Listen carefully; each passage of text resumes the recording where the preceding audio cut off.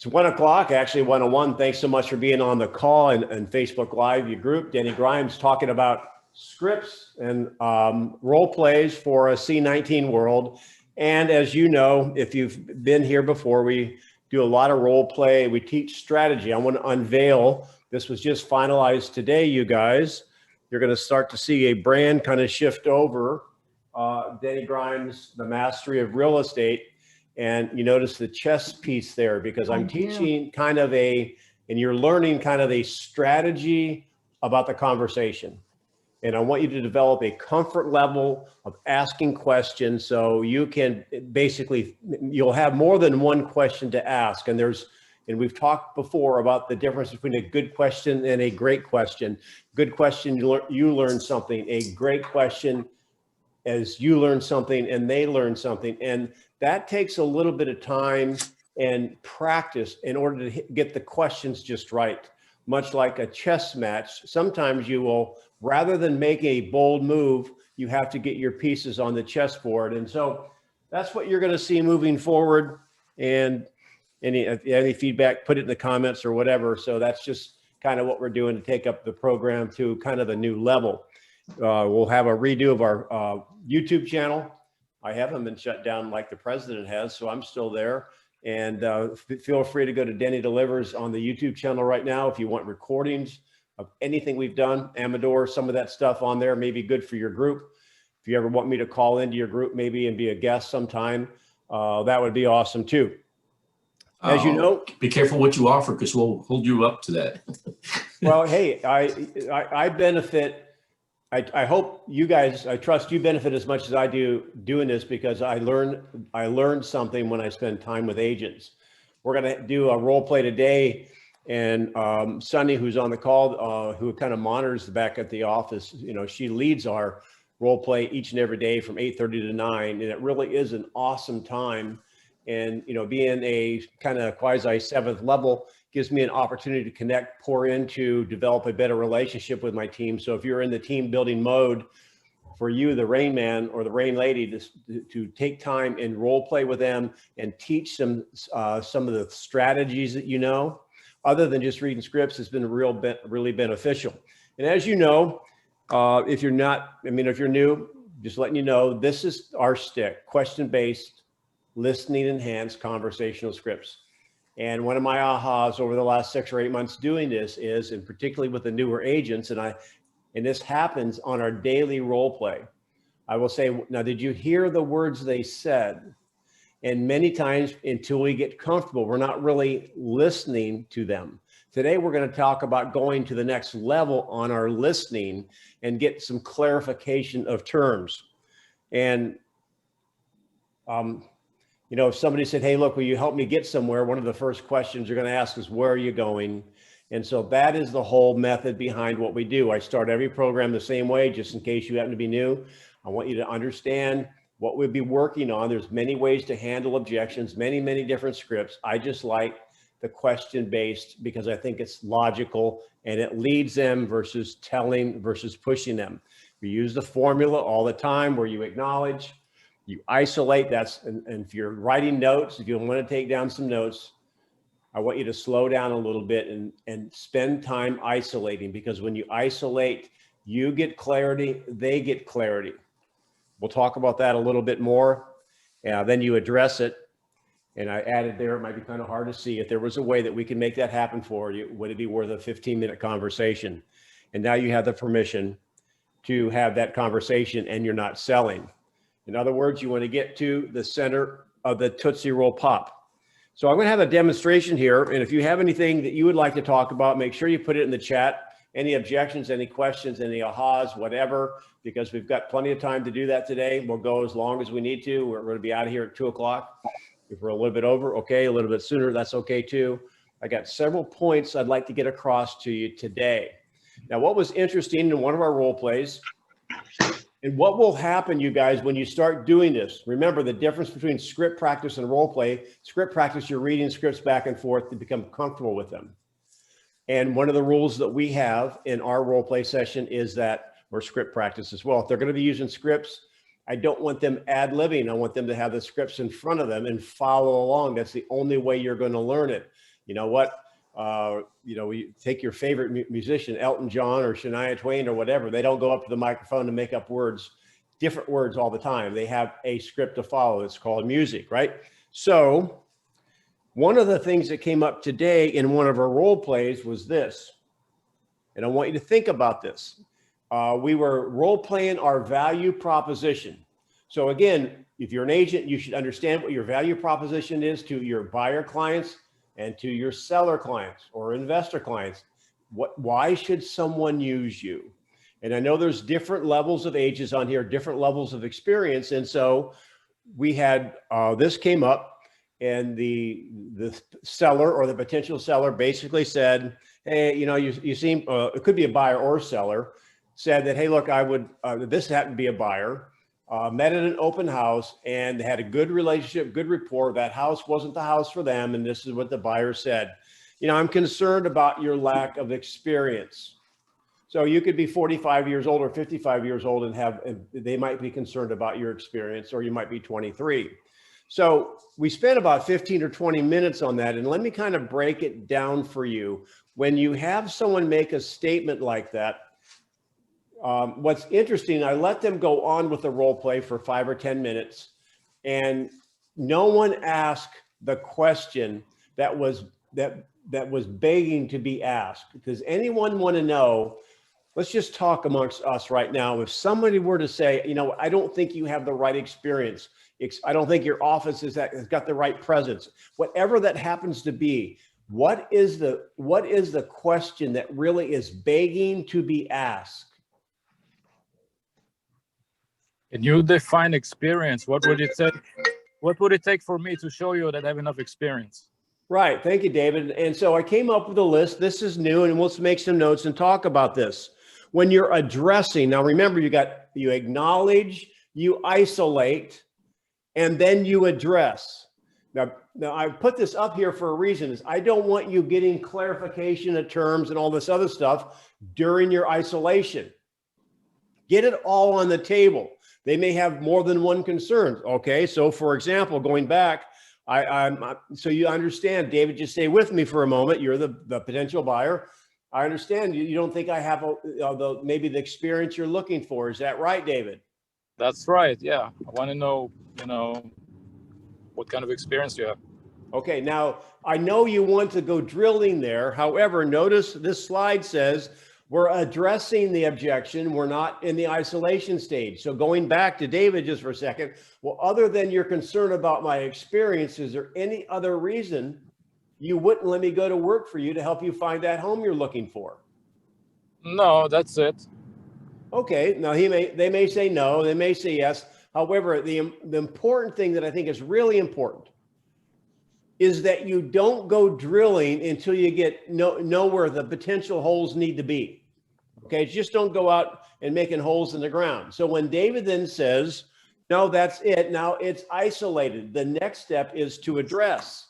And the addressing part is I've got 3 things here, 3 points that are pretty simple. Number 1, define the terms, write that down, define what they're saying. They don't have that level of experience.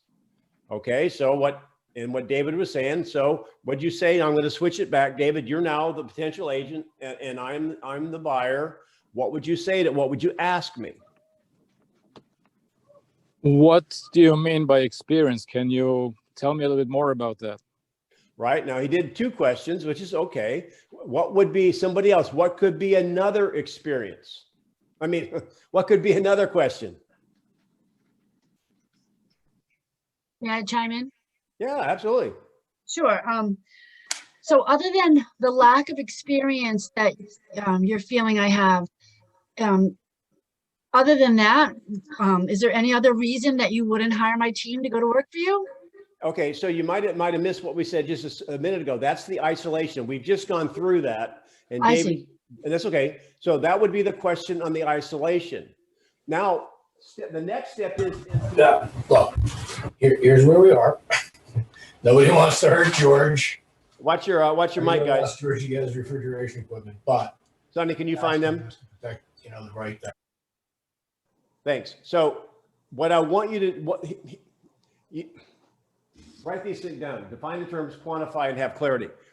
What, have you ever remember yourself when you start talking? I made this slide today because here's what happens to agents when they are a little bit lost and not really knowing what to do next. They don't want dead air. They don't want to just stand there and like drool. So what they start doing is what I call the laundry list close. The laundry list. And so what that means is they just start throwing a bunch of stuff up against the wall, hoping that something sticks. It's like you went into a restaurant. Well, what do you want? You ask me, you're the server. I'm not really sure. And in fact, I'm just looking at the menu. I might go over there to the other restaurant and say, wait a minute, we've got soup, we've got pretzels, we've got nachos, we've got shrimp bit, whatever. They just start, something's going to stick. When you're doing that, that's like a drowning person, like going down. And we've all done it. My agents do the same thing because what they're doing is they don't have a clear understanding of how to give them direction somewhere because they don't know what they're driving and where they're going. So let's go back to the slide just for a moment. And so instead of like blabbing all over them, well, I've got, 3 years experience. My team's got 30 years experience. We sell 4,000 houses in the last 20 years. We sell 10 times more houses than the other agent. You see what happens? That's just throwing the sticky notes up on the wall, trusting something hits. So David, you asked me what's experience. All right, so I'm going to role play with you. You can handle this. I'm the buyer, stay in the same situation. Well, I want someone who can manage the transaction. And this is really what happened. This was an eye opener today. This was a good role play.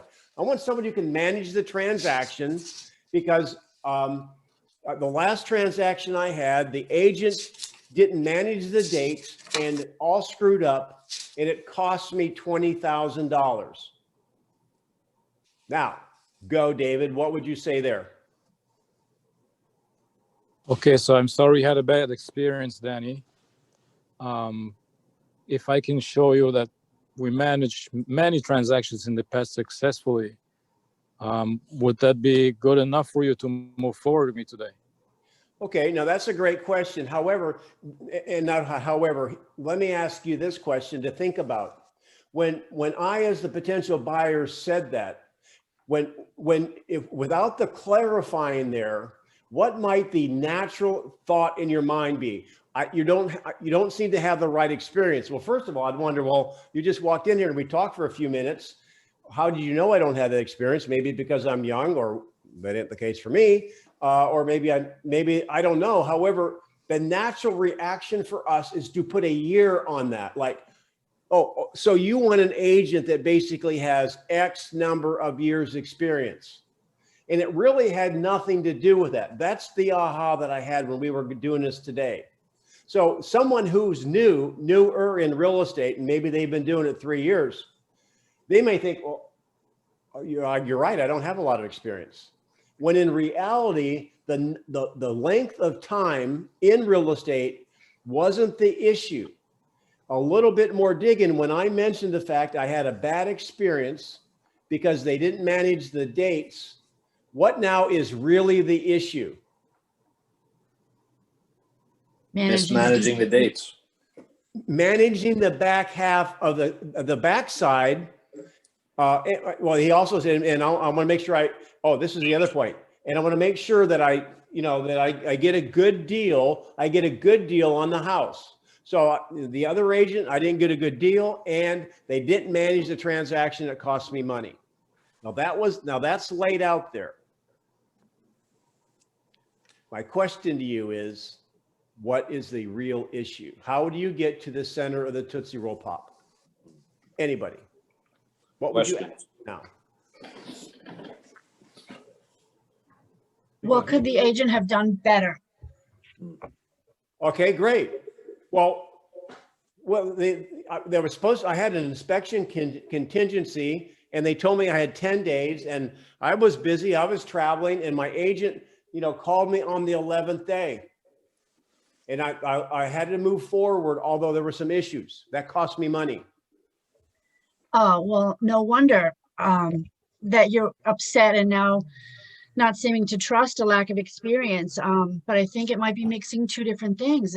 If you find an agent that is in fact organized, detail-oriented, ahead of deadlines, would that satisfy your need regardless of how many years they're in the business?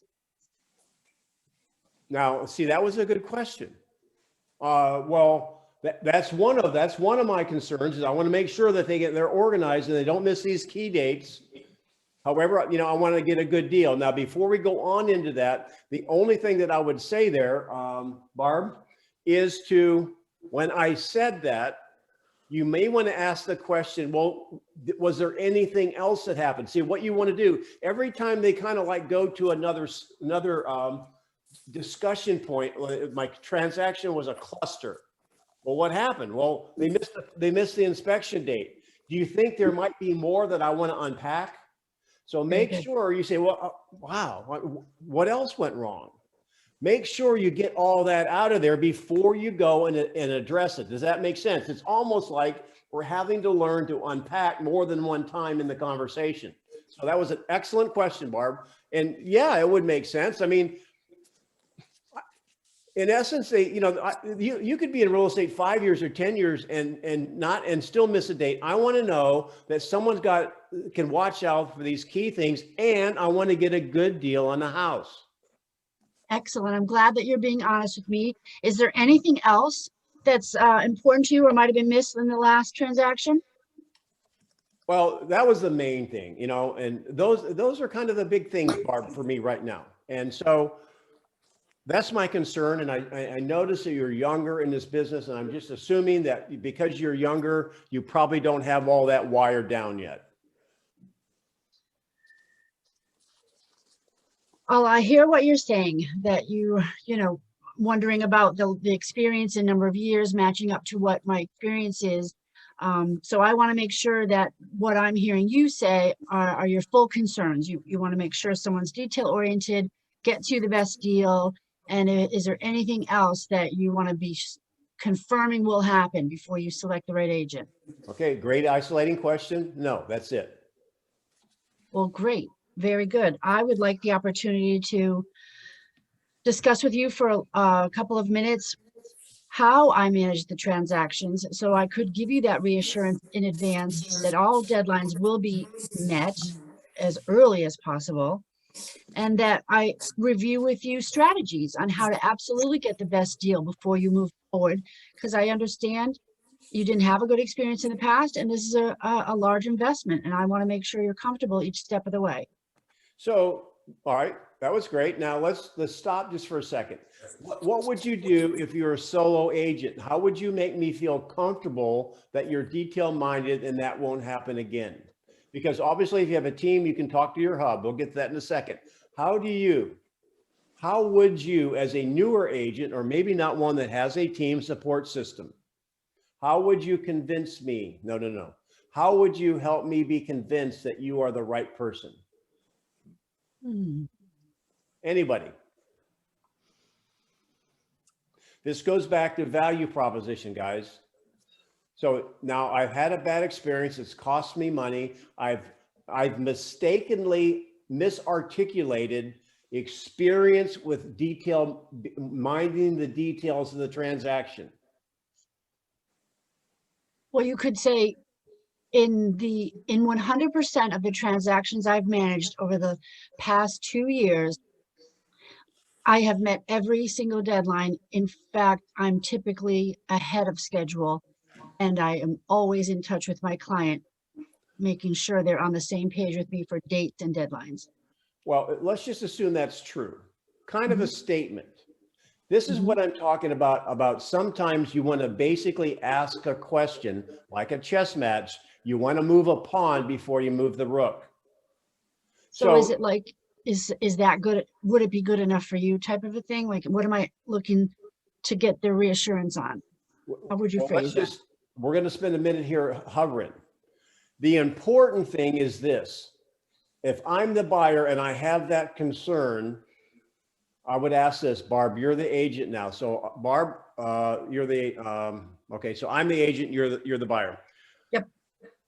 Well, Barb, how are you going to determine if you have some reservations about me right now, how are you going to make that determination about the agent you eventually hire is not going to let that happen to you again? Now, I'm going to stop right there before you answer. That's called the setup. I'm setting him up to define the terms or the parameters in which I can win. Rather than flying blind and giving a bunch of stuff, and Barb, you kind of like said several things, all true. However, it may not have been. The real question is, how is that buyer going to come to the point where he's going to be comfortable hiring any agent? So now, how would you answer that question, Barb? I want to be able to react to what he just said. And can I offer like testimonials or some No, you're the buyer. I just asked you that. How are you going to come to the point where you're comfortable hiring the agent to buy your next house? Well, I guess I just need to know the reputation of the agent and the history that you've done terrific in all your transactions. See, here's another one of those examples, guys. What do we have to do is start to listen. Reputation. And what was the last word you used? Because I was talking. Your testimonial or success in transactions. All right, transactions. How else will you be comfortable moving forward? What else has the agent provide for you that you would feel comfortable moving forward with them? Well, I'd have to have an understanding that I'm a top priority for them. Okay, I got that. Now, you see, every one of these things she's saying has a meaning to her that may be different than your meaning. That's why we have to get clarity on defining the terms. And if they're eventually going to have to make a decision on an agent where they're going to feel comfortable, wouldn't you want to know what those criteria are going to be? Like, okay, so you're going to be a top priority. Anything else, Barb? I want to know that you're going to keep me advised every step of the way. Let's just say there's nothing else, okay, going on. So there's 4 things there. Okay. Nope, that would be it. I'd be reassured. Now, for somebody that hadn't spoken up yet, just hang tight there for a minute, Barb. What is the question now that you'd really want to know? Because really, when you have a conversation with somebody, it's really logical. You only ask, you're actually attempting to fill in the missing pieces. Now, there's 4 things that Barbara said. What do you really want to know now?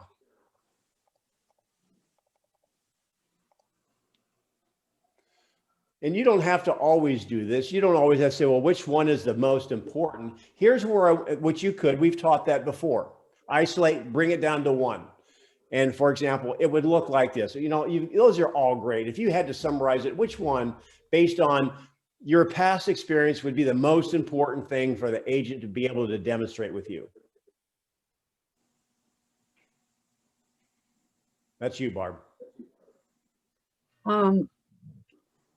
Communication, getting back to me at all times.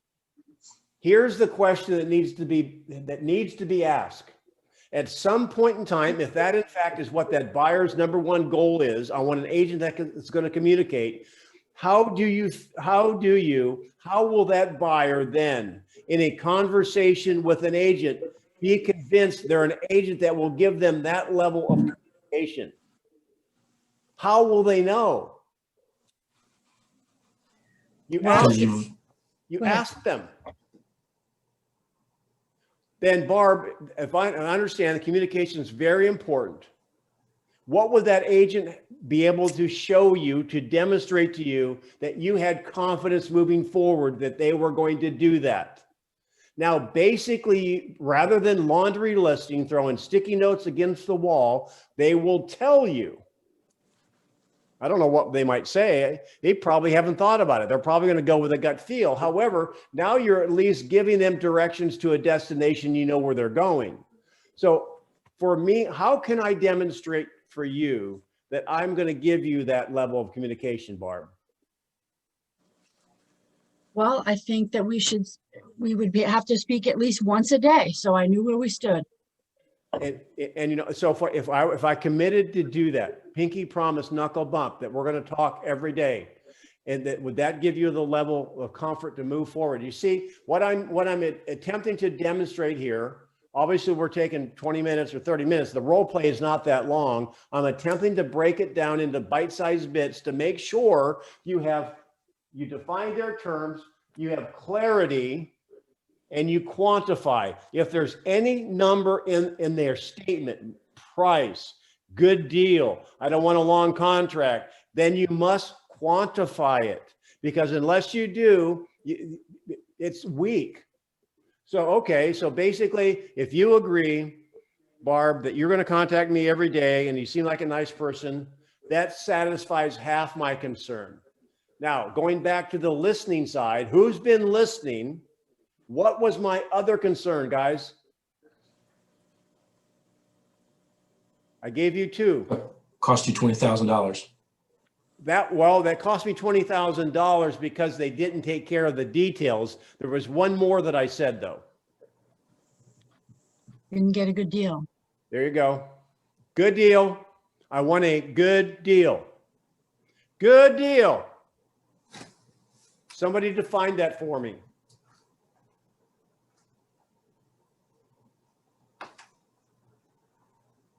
Well, Denny, can you share with me what you think a good deal is in this scenario? You see, what a beautiful, simple question that is. Now, the interesting thing, awesome, knuckle bump for you. The interesting thing is, just be honest with me just for a moment. Where did your mind go when I said good deal? To a number. Yep. To a number above asking price or below asking price? Above asking price. Above? Good for you. Below. Oh, below. Oh, they're a buyer. Sorry, below. Yeah. All right. And again, this is a classic point. This is why I want to emphasize this role play today. Because when people say a good deal, you have to define the terms. And you know what? Amador, your question was great. Well, a good deal is I don't want to overpay for a house. Stay with me.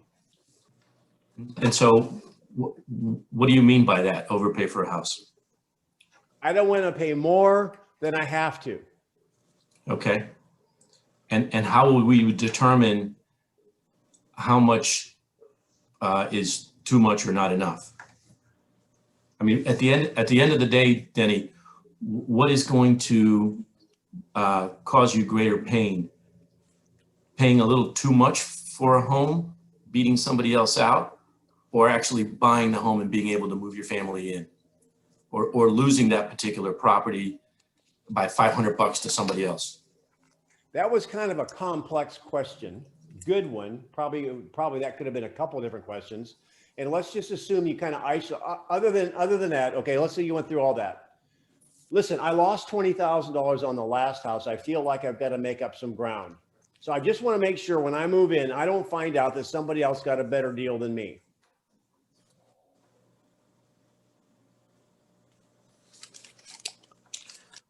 Well, Denny, what would be more important to you?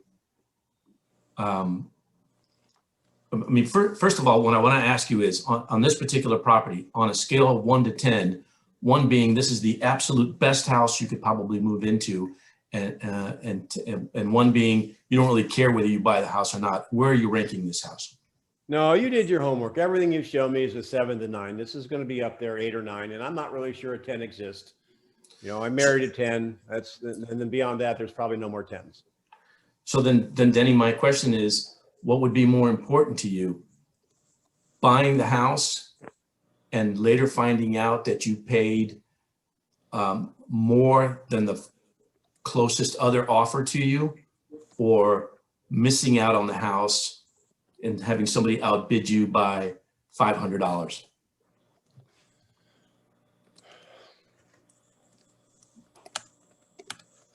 Well, I don't want to lose the house either. All right, good direction. Good direction. Anyone want to take it another direction? Like I said, there's more than one way. There's more than one move on a chessboard.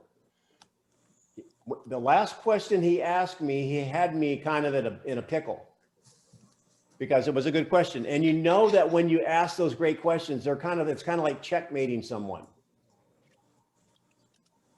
Let me just, one of the avenues I went down on the role play today was this. So Amador, stay with me. You're the buyer. And does anybody remember the meat thermometer clothes that we use all the time? Or again, we're meeting at an open house. It's not like I've been working with Amador for several days or several weeks. Does anyone remember the meat thermometer? This is a question you should always ask somewhere in the upfront so you can get an idea if they understand the temperature of the market. The meat thermometer goes like this. Amador, so you're out looking for a home. Let me ask you, no right or wrong answer based on what you're experiencing.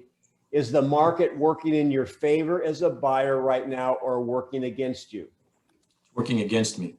Now, that is another set up question. I'm moving a pawn to get ready to move the rook.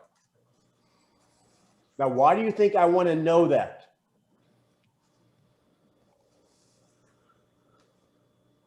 Number one, go ahead. What is it? To make sure they have an understanding of how the market's working right now. Yeah, I want to have clarity that they understand that this is the seller's market. And here's the question I wanted to ask. Now we can have a conversation about this if you want to. The question I wanted to ask, however, I wanted to set up this question I'm going to say now with the setup is this. Well, Amador, then you're right. This is kind of a seller's market, meaning there's more buyers than sellers. So let me ask you, can you see in this market a good deal? I'm using his words, may be above asking price. I think that would be a good deal for the seller. It wouldn't necessarily be a good deal for me, Denny. Well, are you aware of how many homes are actually getting multiple offers and many of the homes are selling over the asking price? Are you aware of that? I have heard that, yes. And when the appraiser comes out to appraise it, they're appraising, meaning they're worth what the buyers are paying, which means that the asking price is lagging behind where the market's going. So in your mind, can you come up with and rationalize in your mind that a good deal may be something over asking price? I see what you're saying, Denny, and now I understand, yes. Now, if I would have asked that question ahead of the fact he just had to confirm to me where I had clarity that is a seller's market, he could have maybe wiggled out of it. I had him a little bit pinned. You just said it's not working against you. I would have said, why is it working against you? Now, do y'all getting the idea of what I'm doing here? Amador had the tack on it too. He was doing the takeaway. Which is the greater pain, paying a little bit too much or losing the home. I'm just getting through, and this was the aha on the role play today, that make sure you clarify a good deal. Now, let me just ask you this, us chickens, can a good deal really be in this market something above asking price? Yes or no? Yes. Yes. Get that clarity up front. And, we've seen prices change here dramatically in the last quarter. Prices are up, 35% in Collier County for the last 3 months, year over year. So it's somebody who bought and paid over asking price October 1st. Now it's the first week in January. Was that a good deal? Yes. And so what you want to do is get a clear understanding, get clarity, define the terms, quantify. Like for example, let's do this. Quantify this. Somebody role play with me as a listing agent. Who wants to do it? This would be very, very short. Who wants to do it? Go ahead. Ralph. Ralph. All right. So listen, I don't want a long-term listing contract. Okay, I can understand that, Denny. What do you think about we have an option with our team of listing it for 7 days? How would that sound? Yes, however, Ralph, okay, so he's on our team, so I'm going to back off a little bit. Did he get clarity on what I meant by long term? Nope. Ask me the question. Ask me the clarifying question. Okay, I can appreciate that, Denny. What exactly would you consider a long term? I don't want a year contract. Okay. Stop. So you don't stop. I've heard that before. I don't want 6 months. What would be your next question? What would be a reasonable term? Yes. 4. Okay. Now, what Ralph was going at our value proposition, we have a hassle-free listing. They can cancel in a week. However, what I don't want you to do is I don't want you to spring that on them without setting it up first. Like, for example, if I said, I don't want a 6-month contract. Well, what do you want? I want, would 4 be okay? Well, I tell you what, how would you like it if you had an agent that could do better than that? And if I could do better than that, way better than that, would you be prepared to move forward with me today? You've got to hold it back. That's your, I can't say ace in the hole because that's a card game. We're talking chess, right? So Ralph, if I could do way better than that, would you do business with me today? Absolutely. Or, well, maybe, well, how about if I could, how about if we just did not 4 months? This is when you can start acting because you're playing the role. What if we did 1 week?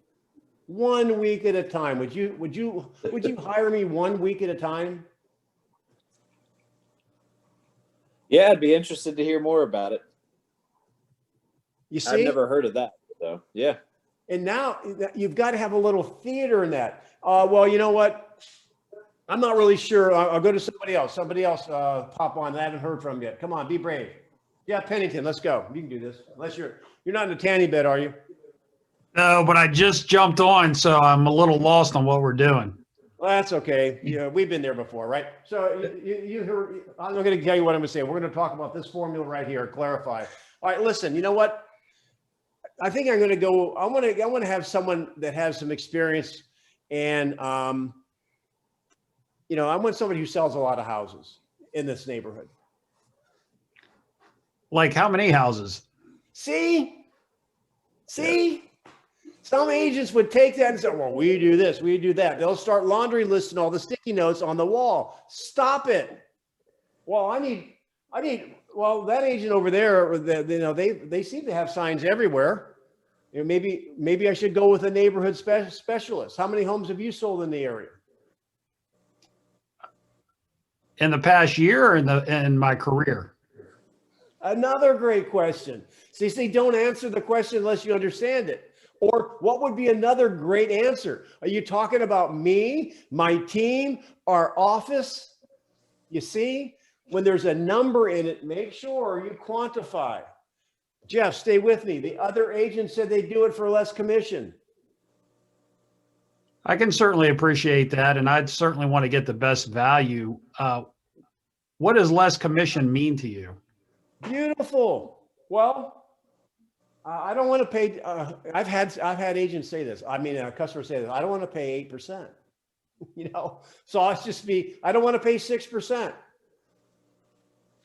Yeah, Denny, I certainly understand that. And, we're all independent agents and, run our businesses differently. Let me ask you a question.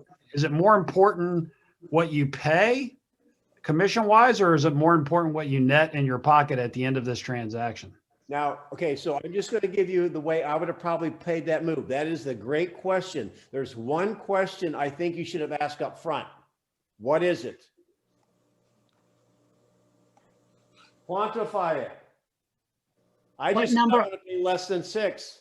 What number What are you prepared to dealing with pay? yet? What percentage are you comfortable with? There you go.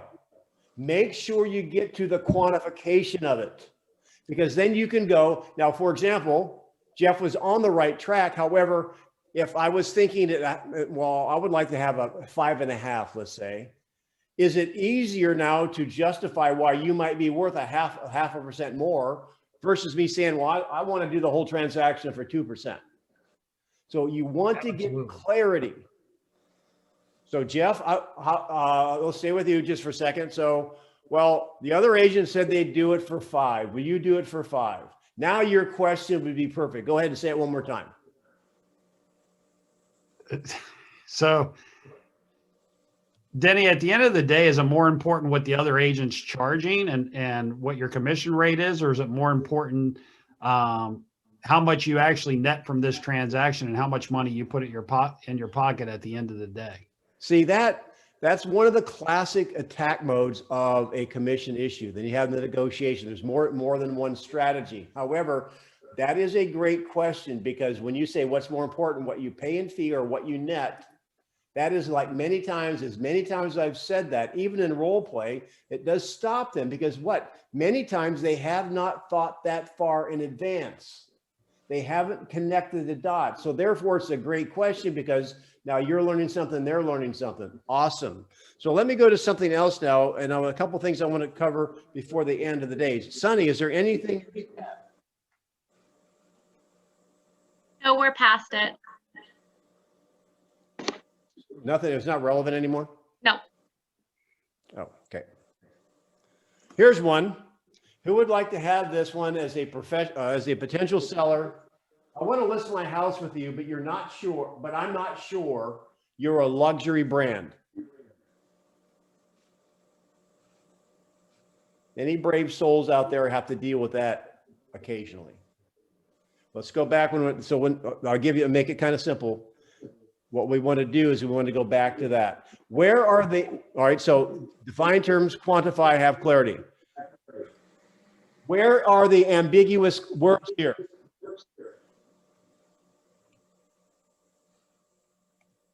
Luxury brands. What's a luxury brand? Also, need clarity. I'm not sure. What would it take for you to be sure? Follow what I'm saying? That's why you want to get clarity before you start gushing. Well, we're on this color thing and we have this Proxio and all this other stuff. Don't start throwing stuff against the wall. So does anyone want to role play this? You can, if you want to be the agent, be the agent. If you want me to be the agent, you can be the potential seller. This will be a short one because I want to get into one more thing. I'll go with you, Denny. Which one you want, Amador? I'll be the agent. Oh, you're a brave soul. All right, there it is. So, Denny, would you mind sharing with me what your opinion of a luxury brand is?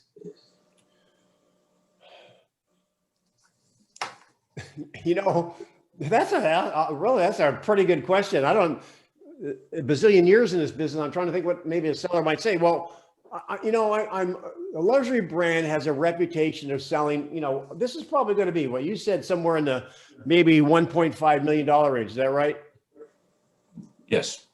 And, your company, I don't see your company having a lot of properties for sale in this price range. And how in the world are you going to attract a buyer if you're not in that market? Well, Denny, if you were interviewing another real estate organization, how would you know if they were a luxury brand? Well, I went down to this Barnes & Noble and picked up some of these glossy magazines where you have these companies are advertising these multiple $1 million homes, and, Sotheby's and, Premier and Redfin, whatever they happen to be. So I don't see anything from you in that magazine. So what you're saying to me is that companies that advertise in this magazine would be a company that you would find advantageous to sell your property? Yeah, that's my perception. Okay. And how will you determine again that they are the luxury brand that you're looking for? Well, I mean, I'm only calling the people that I see in the magazine. You were referred to me and I looked at the magazine. I didn't see you there. I see. I'm a little lost, Danny. You're gonna have to help me. I Anybody feel like asking, so if a company buys an ad in this glossy magazine, then you're assured that they're a luxury brand. Is that what I'm hearing you say? Well, wouldn't that be a fair assumption? Well, I'm not sure. I'm just wondering how you thought that was true. Okay, so all right. I don't know. I just think it'd be true. All right, let's take another tag. Did I have a turn? Go ahead. Okay, if you would like an agent who's in that magazine, I can make that happen, but I'll have to charge you a higher commission. Oh, boy. Oh, boy. Okay, I like it. I think you could go around it entirely and focus a little bit more on how you're even communicating with this person, and focus on the referral. And you were obviously referred to me for a reason. Instead of trying to, I think you can avoid that. Especially if you don't have, if I can't just go flash at you. That's one of the levers I was thinking about. So how would you leverage that? There's one more thing I want to bring up on this. We'll go to the next one. How would you that is a key point. When I said referral, what would you ask me? Who referred you? Well, I play golf with them. Yeah. All right, here, watch this. What, are you guys good friends? Sure. All right, Ralph, you're good friends. And does he know where you live? Yeah. See him every other weekend. Yeah, so he knows you have a luxury home, right? Yep. Do you think he would have referred me if he didn't think I could do the job for you? Yeah, exactly. You see? One more thing, and you guys are on this. I'm going to turn the page. Let me ask you this, Amador. You want all those? What would you consider hiring someone that isn't a glossy magazine, that doesn't have any experience? They're just in a glossy magazine. No, I'd want to know their references as well. So what is more important, if they advertise in a glossy magazine, or they have references, and I used your word, and a track record of sales? The references, their track record of sales would be more important. Now, one more. This is called the setup question. And also, Amador, do you want, if we were to do business together, do you want me to advertise your home for other sellers, or would you want me to go and find a buyer for your home? Well, isn't that the same thing? Well, no. You see, when you sit, now watch this, this order is important. There's always going to be a setup before I ask the real question. Amador, when you sell this, where are you moving to? California. And have you been shopping for a home in California? Somewhat. We've been looking online. Now I just checkmated him. Well, you see, have you been picking up glossy magazines looking for homes in California, or have you been spending more time online? We've been spending all of our time online. Well, you know why? Why is that? Because you're a buyer. When you picked up these glossy magazines, were you looking as a buyer or looking as a seller? I was looking as a seller. Bingo. That's called checkmate. You see what I just did? I walked him into that corner. So these agents are advertising for listings, not buyers. Where should they be advertising if they were truly interested in getting your home sold? On the internet. That's where I advertise. Yes, drop the mic. That was a good one. All right. Last one. Well, I got a couple of these. Maybe I'll have time for two. I don't know. You guys have any pricing issues? Let's talk about this a little bit.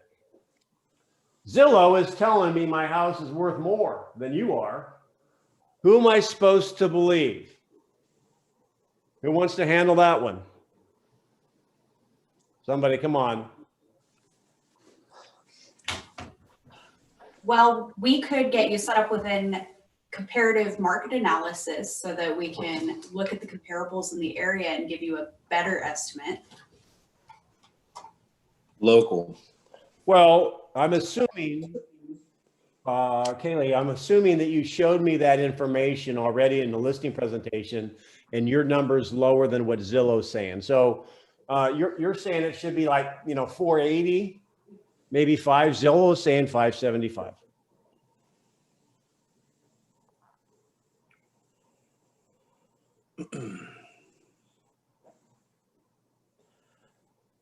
Okay. I don't know how to respond to that. Is the focus here actually on the price of the home, or is the question, who am I supposed to believe? I mean, I see two parts to this question. Well, what are you there for? Yeah, I mean, aren't we letting them, you show them the information, and Zillow should be one of the comparables, not the end all be all. Right. So well, let me, a good question. Let me, Kaylee, I'm coming back to you. You okay to talk? Sorry. That's okay. Kaylee, Yes, you ready? Denny. All right, Kaylee. So what Zillow said is worth, what you said, 575? Yeah, you said 575 and my comparative market analysis came in at 480. Okay.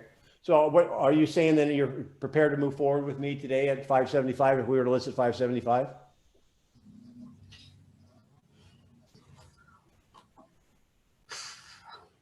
Well, Denny, the Zillow may be estimating that, but the market itself is telling us that the You're the 480 seller. is closer to what it would actually sell at right now.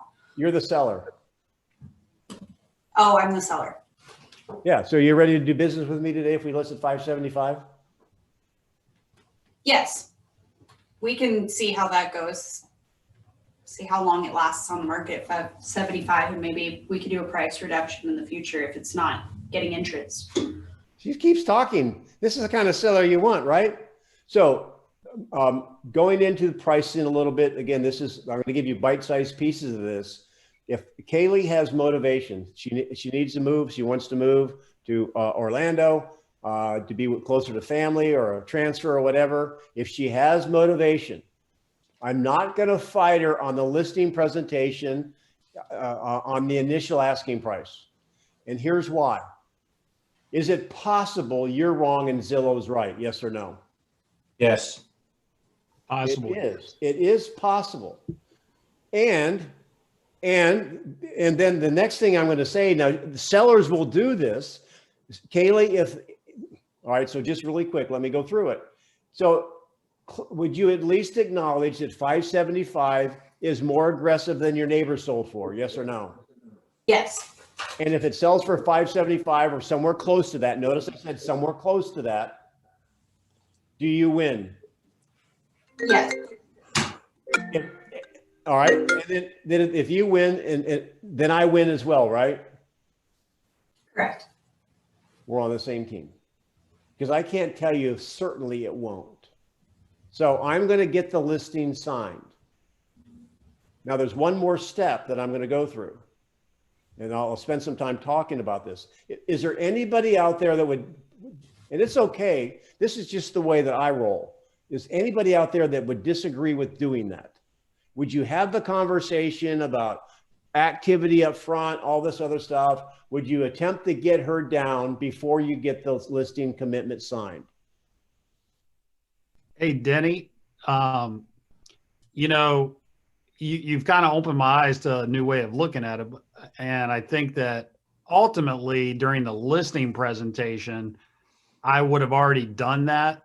And so at this point, it does make a lot of sense to just kind of be a little more agreeable. I think you build that, early on, you build why it's important to price your house right and use a good strategy. So at this point, I might question, well, keep in mind, what we talked about earlier and the other houses in your neighborhood and what they've sold for. Obviously, Zillow is a great tool, but they don't know what your house looks like and what the current market is right in this neighborhood. Maybe, but, Right. Well, and so are you saying, Jeff, that you would probably, instead of getting into a wrestling match about the initial asking price, you might give them the benefit of the doubt if they answer certain questions right? Would that be a yes? That would be a yes. And I think at that point, instead of fighting over the listing price, we would try to get agreement on a good pricing strategy. Right. And we do that. And for example, here's how I would go. And I'm shaking hands with Kaylee. We're going to do the listing. Now, Kaylee, when do you have to be in Orlando? 4 months. So now, Jeff, we're going to talk about the pricing strategy. Notice I'm on her team. I'm not fighting with her. So there's only what's great about the market is there's only 3 outcomes. Who is my star pupil that can recite the 3 outcomes? I'll go, Denny. Go. So Denny, regardless of the price we set your property at, there's only going to be 3 outcomes. Okay. And those 3 outcomes are, and I sort of attribute it to sort of like fishing, you know, and you're fishing for the right buyer for your house. The first outcome is you would get no showings and no offers. The second outcome could be that you get some showings, but no offers. Kind of like being the bridesmaid and never the bride. And the third outcome is you get multiple offers and you pick one and the house is sold. Now, we have to go back and address the first 2 because of those 2 outcomes are not outcomes that we want. If it's outcome number 1, no offers and no showings, we have to adjust the bait on the hook. We have to have a major price reduction in order to attract buyers. And the second outcome, if we have showings but no offers, we have to do the same thing. We still have to adjust the bait. I mean, we have to make a smaller price adjustment, but we still have to do one. Do you understand and do you agree with what I'm saying? Yes. So let me put, awesome job, Amador. Let me put a little turtle wax on that for you. The outcomes are not no showings. It's important that you say low to no showings because you might have 1 or 2 showings in a month or whatever. Then it's crickets. If you say no showings, they're going to think they're an outcome 2 if you have a 1 or 2 showings. Outcome 1 is low to no showings. Outcome 2 is showings and no offers. Outcome number 3, it sells. Don't talk about multiple offers. Don't talk about all that because technically speaking, that probably isn't the case. I'm being really technical with you now. It sells. Outcome number 3, it sells. Now, really quick here, I've got a few minutes, and so I'll spend more time maybe next week on this if you'd like, is that this is how the market works. You've seen it before. Basically, every property has a top market value. If you can see the green line there, and that's a flat market, that's the market going down. This is the market that's going up. So the top market price is changing.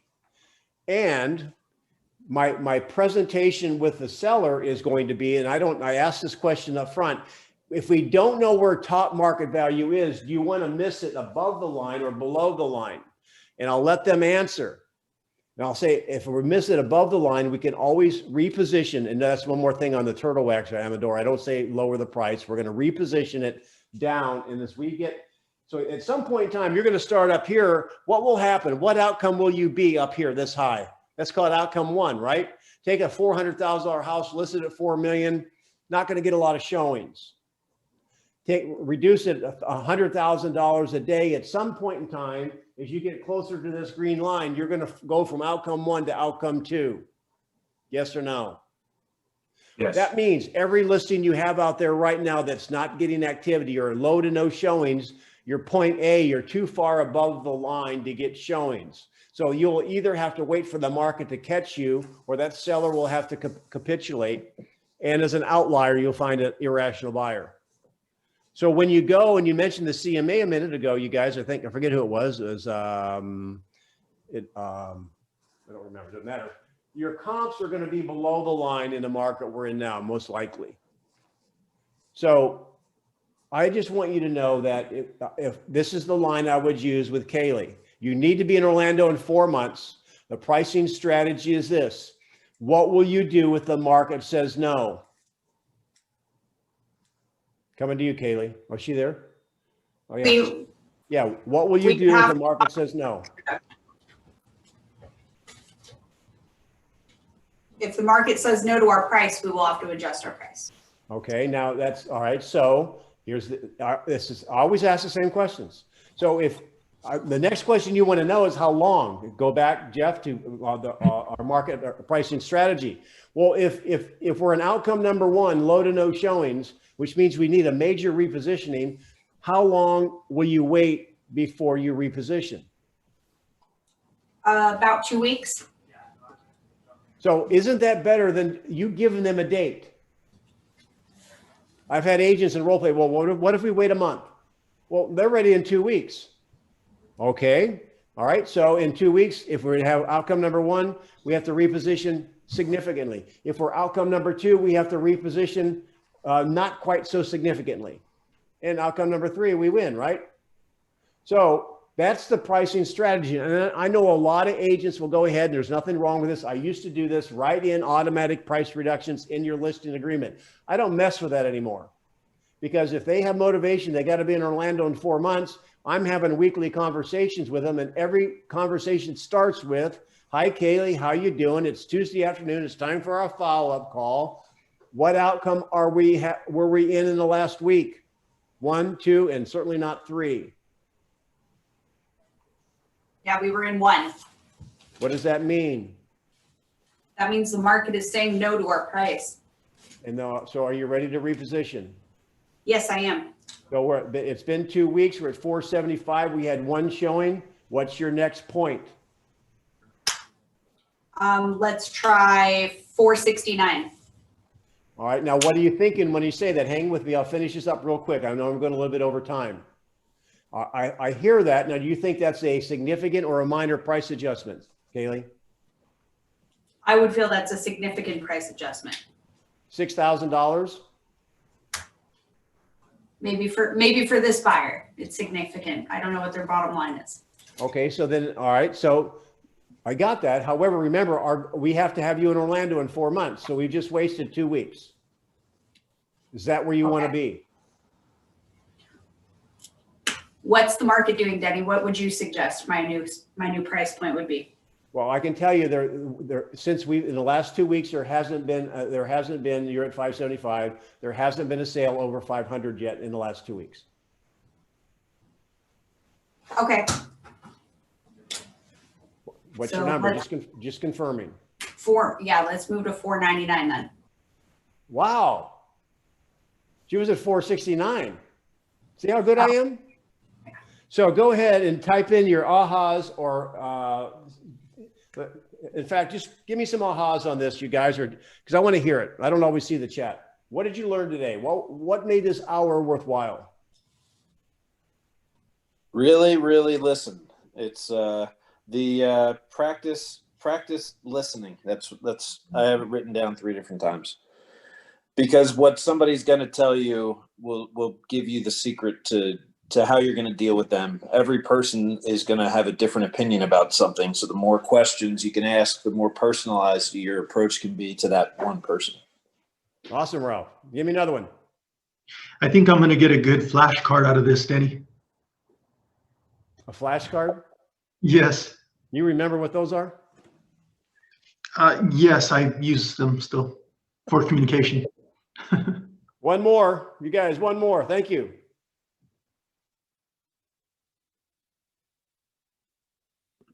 Asking the right question to quantify and understand what it means to them before you start continuing the conversation.